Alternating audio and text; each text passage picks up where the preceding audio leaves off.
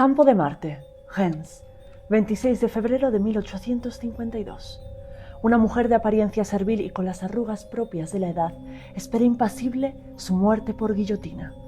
Ha sido condenada por 3 asesinatos, 3 intentos de homicidio y 11 robos. Lo que no se pudo comprobar en la época es que en realidad se deshizo de al menos 36 personas en un lapso de 18 años. Esta es la historia de Hélène Girardot, una mujer que estaba destinada a no ser nadie, pero que acabó convirtiéndose en una de las asesinas en serie más prolíficas de Francia.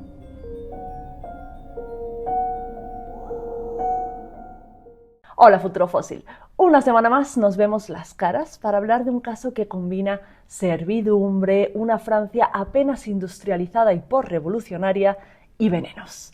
¿Estáis listos? Antes de nada, si os gustan los vídeos, venga, suscribíos, así pueden llegar a más gente, nos hacemos más grandes, es gratis y literalmente son menos de 5 segundos de tu vida. Bueno, comenzamos. Nuestra protagonista de hoy nació en Plouhinec.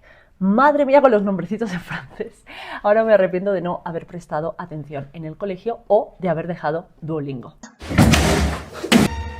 Pero bueno, ¿cuándo nació? El 17 de junio de 1803. Vamos a situarnos en la Francia posrevolución. Tras la caída de la monarquía y la toma del poder por parte de Napoleón en 1799, con la instauración de la Primera República, Francia iniciará sus pleitos con uno de sus grandes enemigos de la vida, Gran Bretaña. Y todo esto trajo cambios significativos en el país que afectaron en mayor o menor medida a todos sus habitantes. Comienza la industrialización y con la revolución llegó la inestabilidad económica. En 1800 los campesinos representaban la mayoría de la población, vivían en las zonas rurales y estaban marcados por la desigualdad y la presión feudal. Pese a la revolución, que se supone que era para ellos, el sistema seguía presionándolos y lejos de alcanzar la igualdad, seguían teniendo una vida difícil con grandísimas cargas fiscales. Lo de siempre, si eres pobre, da igual la revolución que haya, que vas a seguir jodido. ¿Por qué te cuento todo esto? Pues porque Hélène Girardot nace precisamente en el seno de una familia de agricultores de ingresos bastante modestos, con la dificultad de haber perdido a su madre cuando tenía solo 7 años. Esto hizo que la enviasen con sus tías y que su destino estuviese ya sellado, el del servicio doméstico. Sus tías eran sirvientes en la rectoría de Boubry. ¿De qué se encargaba el servicio doméstico en esta época? Pues depende. Las mujeres de las clases bajas normalmente veían el servicio doméstico, digamos, como la última opción plausible para evitar caer en la mendicidad, o peor, en la prostitución. Y digo peor para la época, ojo. Era visto como una manera de ganarse la vida lo más honradamente posible y lo más honradamente que su propia condición les permitía. Y además tenían un plato calentito para comer y un jergón para dormir. Las mujeres que entraban a este servicio doméstico ocupaban diferentes puestos dentro de la casa, dependiendo de varios factores, pero podían ser criadas generales, como era Hélène, que se encargaba de limpiar, de cocinar, de lavar, de tener todo en orden. Luego estaban las nodrizas, que estas sí eran súper apreciadas, porque ya sabes que las mujeres de clase alta en esta época no solían amamantar a sus hijos, no los solían bañar, ni nada de eso, porque para eso ya tenían a sus nodrizas. Y algún día os hablaré de las nodrizas en la América virreinal, porque es preciosísima la conexión y el intercambio de tradiciones africanas e indígenas con los niños criollos que aún hoy se pueden observar. En fin, Francia, me centro.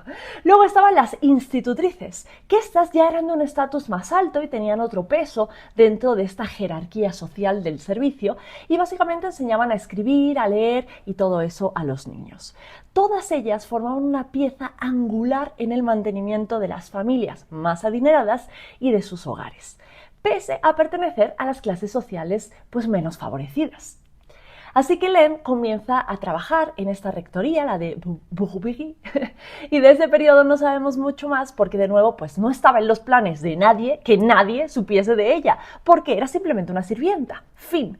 Lo que sí sabemos es que se moverá de un sitio a otro durante los siguientes casi 20 años, siendo cocinera o aprendiz en alrededor de 20 casas burguesas o presbiterios. Donde volvemos a recuperarle la pista será unos 17 años después de su llegada a la rectoría de Boubry. Sabemos que con una de sus tías llega a la ciudad de Ceylién, donde comenzará a trabajar como cocinera para el cura. Y aquí van a empezar los problemas. O bueno, quizá no empezaron aquí, pero es en este momento cuando la gente comienza a pensar que algo raro pasa con esta muchacha. Normalmente dicen que se empieza a sospechar de Helenita en 1833, cuando ella ya tiene aproximadamente 30 años y ya no trabajaba para el cura de Boubry. Pero yo me preguntaba, yo qué sé, si había pasado algo con este cura o simplemente pues se va a otra casa a trabajar sin más. Y rebuscando la bibliografía, que no hay mucha sobre ella, encontré que al parecer Hélène dejó de trabajar allí porque se la acusó de echar cáñamo proveniente del granero al sacerdote al hacerle una sopa. Total, ella se va a trabajar para otro cura, seguramente pues porque la despidieron de Boubry y ahora sí, Hélène ya tiene 30 añazos, que estás tu mayorcita para hacer estas cosas. Pero bueno, ahora vive en el pueblo de Guernes y trabaja para el cura Ledrogo. Qué ironía este apellido. Pero parece que reemplazó a su hermana Ana, que se había ido a trabajar a Boubry. Vamos, que quizá se intercambiaron los trabajos y todo. ¿Por qué sería? Ahora, con Ana todo bien, todo correcto, no hay problema, pero oye, es entrar Elena a trabajar con ellos y todos caen enfermos y la desgracia llama a la puerta, porque en solo 3 meses, de junio a octubre, 7 miembros de la familia de Ledrogo mueren súbitamente e inesperadamente, incluido el propio Ledrogo. Pero espérate, que también se muere Ana Girardot, la hermana de Hélène. ¿Por qué? Porque se va de visita para asistir al funeral de su antiguo jefe y ¡boom! ¿Qué tenían en común todas estas personas? O mejor, ¿a quién tenían en común? Pues a Hélène, que los cuidaba atentamente y velaba por ellos. Esto es raro. Y cuando van a ver qué ha pasado, pues encuentran a una Hélène súper compungida, tristísima, llorando, colaborando con la investigación y todo. Así que nadie sospecha de esa pobre mujer que se ve tan dolida y que también ha perdido a una de sus hermanas. Y el caso no tarda en cerrarse y declararse que seguramente toda la familia e incluso Ana Girardot murieron a consecuencia del cólera. Se reporta que hubo vómitos, dolor de estómago, lo cual podría indicar dicha enfermedad. Tenemos que saber que hubo una gran epidemia de cólera en Francia un año antes, en 1832, por lo que no se encendieron las alarmas. Pensad que esta enfermedad asoló Europa y golpeó especialmente todas las zonas pobres. En ese año se estima que más de 100.000 personas murieron por la enfermedad solamente en Francia. Y recordad que el cólera es una enfermedad intestinal muy aguda que da muchísima diarrea, por lo que te deshidratas. Pues nada, Hélène se queda sin trabajo y vuelve a Boubry para sustituir a su hermana fallecida. ¿Quién sabe si la aceptaron de vuelta o qué? Pero bueno, lo importante es que se vuelve a hacer sobre ella otra desgracia, porque en otros 3 meses, otra vez, 3 personas a las que cuidaba murieron, incluida su tía. De ahí sale pitando y se va a Locminé, y ahí le da techo una costurera llamada Mary Jane Le Boucher. ¿Y qué pasa? Pues que se muere, claro, ella y una de sus hijas. Tenía otro hijo que enfermó gravemente, pero que no murió, sobrevivió. ¿Qué hizo que sobreviviese? Pues al parecer que no quiso que Hélène Girardot lo cuidase. Mismo patrón, llora desconsolada, está tristísima, cuidaba mucho a la familia y mira qué desgracia. Y entonces se muda a otra casa en el mismo pueblo, en este caso para servir a la viuda Loguet, que le da una habitación y muere misteriosamente tras comerse una sopita calentita. Oye, te preguntarás, ¿pero cómo es posible que a estas alturas de la vida nadie sospeche de esta mujer? Pues es que, claro, a ver, de un pueblo a otro tarda en llegar la información. Cuando contrataban a Hélène no sabían las desgracias que la habían perseguido en los otros lugares. Entonces, claro, la tía siempre salía impune de todas partes y era como empezar de cero. Y aún falta mucho para que la suerte cambie de bando. Porque mira, para mayo de 1835 ya había dado mataril a 17 personas. Y es que después de la viuda Loguet, la contrata la señora Toussaint y otras 4 personas al hoyo. Es que es un no parar. Ese mismo año se va al convento de Augué y ahí sí que sabemos pues que la echan a patadas porque al parecer, espérate, vandalizó el lugar, cometió actos de sacrilegio.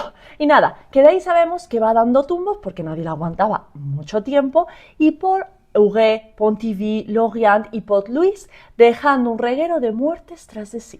En 1841 acabó con una niña en un castillo y detrás de cada trabajo siempre había alguien que, oye, la apalmaba misteriosamente. No tenemos información sobre ella durante 8 años, entre 1841 y 1849. Solo sabemos que la siguen echando de todos los lados porque se roba hasta el polvo de la casa. Si tengo que hipotetizar yo, así libremente, diría que no creo que no haya matado a nadie en estos años. Simplemente creo que, pues eso se ha perdido un poco en las fuentes con el tiempo, porque visto el historial que tiene, parar 8 años a mí me parece demasiado. Eso sí, a partir de 1849 tenemos constancia de que está trabajando en Reims, ya una ciudad más grande, capital regional, y aquí las cosas van cuesta abajo y sin frenos. Porque a partir de 1849 volvemos a saber en qué anda, y es en nada bueno. En Reims trabaja para la familia Gavot, y de repente la esposa y la suegra de Gavot se enferman y el niño Albert, de 9 años, muere. Además, Hélène es sospechosa de haber robado una botella de vino. No sabemos nada más de ella ese año. En 1950 sigue en Reims, ahora trabaja para Joseph Ozanne, y al poco tiempo el niño de la familia de solo 5 años muere. Se sospecha que Hélène, aparte, ha robado una botella de aguardiente. Y ese mismo año, de mayo a octubre, trabaja para Louis Roussel y su madre, y muere otra persona y se enferma Madame Roussel. Y esta vez la despiden directamente. ¿Por qué? Pues porque estaba robando otra vez una botella a la tía. ¡Qué pesada! El médico de la familia pide autorización para hacer una autopsia a los fallecidos, pero la familia dice que no. Se vuelve a librar la Girardot, aunque su fin está muy cerca. Entre 1850 y 1851 se puso fin a todo. Hélène Girardot entró al servicio del señor Vidal de Lannoy, que era abogado, profesor de la Facultad de Derecho de Reims y experto en asuntos criminales. Aproximadamente 2 semanas después de su llegada, Rostissière, la sirvienta, enfermó y falleció pocos días después. La reemplazó un tal François Huriot, que abandonó rápidamente la casa tras la aparición de los primeros síntomas. Dijo, yo me piro de aquí, hasta luego. Y la otra sirvienta, Rosalie Sarracine, sería su última víctima. La sucesión de tragedias despertó la sospecha del dueño de la casa y de los médicos que se sucedieron al lado de los enfermos.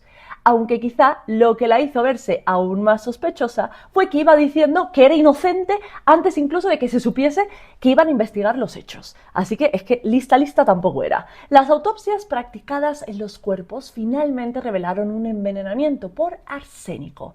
Hélène Girardot fue arrestada y muy pronto la investigación superó el ámbito de Reims y se estableció un vínculo entre los envenenamientos de Reims y una serie de muertes violentas ocurridas en otras partes de la ciudad. La intoxicación con arsénico presenta muchísimos síntomas que se pueden camuflar con otras dolencias, de ahí la dificultad, porque la persona que está siendo envenenada empieza a sentirse mal, débil, le duele la cabeza, vomita, le duele la tripa, la espalda, pero ya en un par de días, sobre todo pues si te están poniendo un montón de arsénico en la sopa, guiño guiño, aparece la insuficiencia circulatoria y el fallo renal y mueres. Una pregunta que puede que te hagas es, oye Lau, yo creía que el arsénico era un veneno que se camuflaba muy bien y que prácticamente antes de la llegada de la toxicología no se podía comprobar si se había administrado o no. ¿Qué me estás hablando tú de autopsias en el siglo XIX para ver esto? Bueno, pues sí, hay autopsias en el siglo XIX. En estas el arsénico era una sospecha común para casos de muerte inexplicable. ¿Por qué? Porque se usaba para muchas cosas y se echaba en muchos productos, incluyendo algunos venenos. Las autopsias buscaban identificar cantidades de arsénico en el cuerpo, evidentemente, y especialmente en el estómago para confirmar o descartar el envenenamiento. El arsénico se utilizaba ampliamente en esa época, tanto en productos como en polvos faciales, maquillaje, papel pintado, lo que dificultaba mucho la identificación de su origen, pero aquí sumaron 2 más 2, evidentemente dio 4, claro, y todos señalaban a la presencia de una sola persona que siempre estaba en esos lugares. Así que fue arrestada el 1 de julio de 1851 y se la vinculó con 23 muertes por envenenamiento, solo entre 1833 y el 41. ¿Qué pasa? Que como estas muertes anteriores no se investigaron debidamente y en Francia existía una ley que decía que después de 10 años prescribían los crímenes, o bueno, que se daban como 10 años para llevar a alguien a juicio, si no ya no se podía, pues nada, se libró de ser juzgada por todas las muertes anteriores a ese año. El 6 de diciembre de 1851 comenzó el juicio de Hélène Girardot, pero solo se la pudo acusar de 3 asesinatos por todo lo que os he contado antes y por la falta de pruebas para los otros. A eso le sumaron 3 intentos de homicidio y 11 robos. Las fuentes explican que durante el juicio de la Girardot, pues ella se mostraba rara, como murmurando todo el rato en bajito, y luego se ponía a gritar mientras decía que ella no había hecho nada, que no sabía qué era esa sustancia que llamaban arsénico, y luego como que le gritaba a las familias. Bueno, ella tuvo una abogada que buscó que la exonerasen de la pena de muerte diciendo que, bueno, que Hélène al final ya estaba enferma de cáncer, que total ya se iba a morir, que la dejasen vivir estos meses, pero pues le salió el tiro por la culata porque Hélène Girardot fue condenada a la guillotina y se le dio muerte delante de cientos de personas en el campo de Marte de Reims el 26 de febrero de 1852 y su cuerpo fue arrojado a una fosa común. ¿Qué hizo que Hélène Girardot fuese así? Pues podríamos discutir sobre el tema de si el asesino se hace o nace, o una combinación de ambas. Yo os pregunto, ¿creéis que no sabía qué era el arsénico? ¿Creéis que estaba loca o tenía adicciones? ¿O creéis que podría actuar también por rabia de tener que servir a gente de poder? Bueno, pues yo os leo en comentarios y os veo la semana que viene en otro capítulo de Crónicas Óseas. Bye, futuro fósil.